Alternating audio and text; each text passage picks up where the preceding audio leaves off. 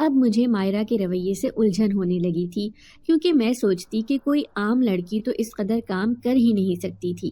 مائرہ میں کچھ خاص تھا، کچھ ایسا عجیب تھا جو مجھے سمجھ نہیں آ رہی تھی۔ کوئی بھی لڑکی ہوتی چند کام کر کے تھک تو جاتی ہے، لیکن وہ تو کسی مشین کی طرح مسلسل کام میں لگی رہتی تھی، نہ کسی سے زیادہ بات کرتی، نہ ہنستی مسکراتی تھی، کپڑے بدلنے کا بھی ہوش نہ رہتا۔ ایک دن میں اسے کہنے لگی، تمہارے گھر والے آخر یہ شہر چھوڑ کر کہاں فرار ہو گئے؟ کیا انہیں صرف تمہاری شادی کرنے کی جلدی تھی؟ تمہارا دل نہیں چاہتا ان سے ملنے کو؟ تو وہ کہنے لگی، کون سے گھر والے؟ میں تو ایک لاوارث لڑکی تھی، جنہوں نے میری شادی کی تھی وہ اجنبی لوگ تھے۔ اس کی اس بات نے مجھے صدمہ پہنچایا تھا، مجھے کچھ سمجھ نہ آیا تھا۔ پھر وہ کہنے لگی، میں یتیم خانے میں رہتی تھی، وہاں پر کچھ غلط قسم کے لوگ مجھ سے غلط حرکت کرنے لگے تو میں وہاں سے فرار ہو گئی۔ راستے میں مجھے ایک آدمی ٹکرایا جو مجھے اپنے گھر لے گیا۔ یتیم خانے میں میں نے اپنی تعلیم حاصل کی تھی۔ پھر اس کی بیوی کہنے لگی کہ میں تمہارا خرچہ برداشت نہیں کر سکتی، اس لیے تمہیں کمانا پڑے گا۔ یوں اپنا خرچہ اٹھانے کے لیے میں ایک کمپنی میں نوکری کرنے لگی۔ پھر آپ رشتہ مانگنے آئیں تو انہوں نے جھٹ میری شادی ابرار سے کر دی۔ میں اس کی یہ کہانی سن کر شوق میں تھی۔ پھر اسے کہنے لگی، اچھا تو تمہارا کیا اس دنیا میں کوئی بھی اپنا نہیں ہے؟ اس نے نفی میں سر ہلایا اور کہنے لگی، نہیں، میں نے اپنی آنکھیں یتیم خانے میں ہی کھولی تھی۔ میں نہیں جانتی کہ میرے ماں باپ کون ہیں۔ میں سر پر ہاتھ رکھ کر بیٹھی تھی۔ اس کا مطلب تھا کہ وہ دونوں میاں بیوی جو مائرہ کے ماں باپ بنے ہوئے تھے وہ نقلی تھے، جبھی تو انہوں نے شادی میں اپنی بیٹی کو کوئی جہیز بھی نہ دیا تھا۔ یہ ساری چیزیں مجھے پہلے ہی سمجھ لینی چاہیے تھی، ہر چیز۔ میرے پرس میں وہ پرچہ رکھا تھا، آخر وہ کون تھا؟ کون مجھے پہلے ہی اس شادی سے منع کرنا چاہتا تھا؟ یہ ساری پہیلیاں مجھے ہرگز سمجھ میں نہیں آ رہی تھی۔ مائرہ کا غیر فطری رویہ بھی سمجھ سے بالاتر تھا۔ یہ بات صرف میں سمجھ رہی تھی۔ اب اس کی شادی کو 2 مہینے ہونے والے تھے، لیکن ان 2 ماہ میں بہت پریشان ہو گئی تھی۔ پھر ایک دن میں مائرہ سے کہنے لگی، تمہاری شادی کو 2 مہینے ہو گئے ہیں، آخر خوشخبری کب سناؤ گی؟ میں منتظر تھی کہ کب میرے گھر میں کسی چھوٹے بچے کی کلکاریاں گونجیں گی۔ میرا چھوٹا بیٹا بھی 17 سال کا ہو گیا تھا۔ 17 سال سے اس گھر میں کسی بچے نے جنم نہ لیا تھا۔ اب میں چاہتی تھی کہ ابرار اور مائرہ کے ہاں بھی کوئی بچہ ہو جائے تاکہ گھر میں رونق ہو۔ مائرہ نے میری بات کا جواب نہ دیا، بلکہ خاموشی سے اٹھ کر کچن میں چلی گئی۔ پھر میں نے بہانے سے یہ بات ابرار سے کہی تو وہ میرے سامنے پھٹ پڑا، کہنے لگا، امی یہ لڑکی بہت عجیب ہے، مجھ سے بہت بڑی غلطی ہوئی جو میں نے اس سے شادی کر لی۔ شادی کے 2 مہینے ہونے والے ہیں، لیکن اس نے تو مجھے ہاتھ بھی لگانے نہیں دیا ہے۔ میاں بیوی والی بات تو ہم دونوں میں کوئی بھی نہیں ہے۔ وہ کمرے میں بیٹھ کر مجھ سے کوئی بات ہی نہیں کرتی، بلکہ خاموش زمین کو دیکھتی رہتی ہے۔ اب میں اس سے تنگ آ گیا ہوں، آپ اسے گھر سے نکال دیں۔ اس کے اتنی سنگ دلی سے کہنے پر میں حیران تھی۔ مائرہ کی خاموشی نے الگ پریشان کر کے رکھا ہوا تھا۔ پھر میں نے یہ ساری بات اپنے شوہر کو بتا دی۔ وہ کہنے لگے، بیگم اتنی اچھی بہو ملی ہے، بجائے خدا کا شکر ادا کرنے کے تم اس میں نقص نکال رہی ہو سکتا ہے بچی ابھی شادی کی وجہ سے ابرار سے صحیح تعلقات نہ رکھ سکی ہو، کچھ ٹائم گزرے گا تو دونوں میاں بیوی میں انڈرسٹینڈنگ ہو جائے گی۔ ان کے نزدیک تو یہ کوئی مسئلہ ہی نہ تھا، لیکن میں اپنے بیٹے کی پریشانی سمجھ رہی تھی۔ جب زندگی کی ساتھی اتنی عجیب ہو تو اس کا پریشان ہونا بنتا تھا۔ ایک تو وہ دھوکے سے میرے بیٹے کی زندگی میں آ گئی تھی، اوپر سے اس کا عجیب رویہ میرے لیے پریشانی کا باعث بنا ہوا تھا۔ وہ کام کے معاملے میں کوئی شکایت کا موقع نہ دیتی تھی، سارا دن کام کرتی رہتی، کبھی اس کام میں مصروف ہوتی تو کبھی دوسرے کام میں۔ میں ہی تھک ہار کر سو جاتی تھی، لیکن وہ رات کے 12 بجے تک کام ہی کرتی رہتی تھی۔ میں اسے نوکرانی بنانے کے لیے تو نہیں لے کر آئی تھی، بلکہ اپنے بیٹے کی زندگی میں خوشیاں بکھیرنے کے لیے لائی تھی۔ اب میں کسی سے شکایت بھی نہیں کر سکتی تھی۔ اگر کسی کو کہتی تو وہ مجھ سے یہی کہتا کہ تمہیں ہی تو ایک ایسی لڑکی چاہیے تھی جسے کام کرنے کا سلیقہ ہو۔ اب دیکھو وہ لڑکی آ گئی ہے تو تم اس میں بھی نقص نکال رہی ہو۔ آخر کار میں نے اس پریشانی کا حل نکال لیا۔ میں نے اپنی جیٹھ کی بیٹی دعا کو بلانے کا سوچا تھا۔ وہ مائرہ کی ہم عمر پڑھی لکھی لڑکی تھی۔ میں چاہ رہی تھی کہ وہ ایک دفعہ ہمارے گھر رہنے آئے تو اس سے میں مائرہ کے بارے میں تفصیل سے بات کروں۔ وہ اس سے دوستی کر کے پوچھے کہ آخر اس کے ساتھ کیا مسئلہ ہے۔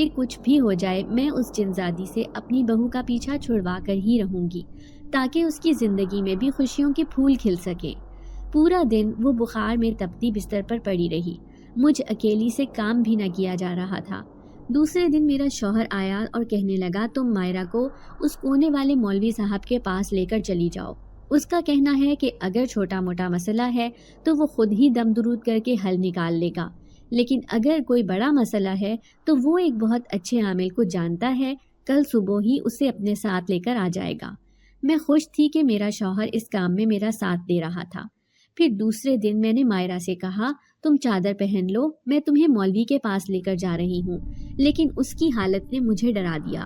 بال بکھرے ہوئے سرخ انگارہ آنکھوں کے ساتھ وہ مجھے ایسے دیکھ رہی تھی جیسے آنکھوں ہی آنکھوں میں نگل جائے گی۔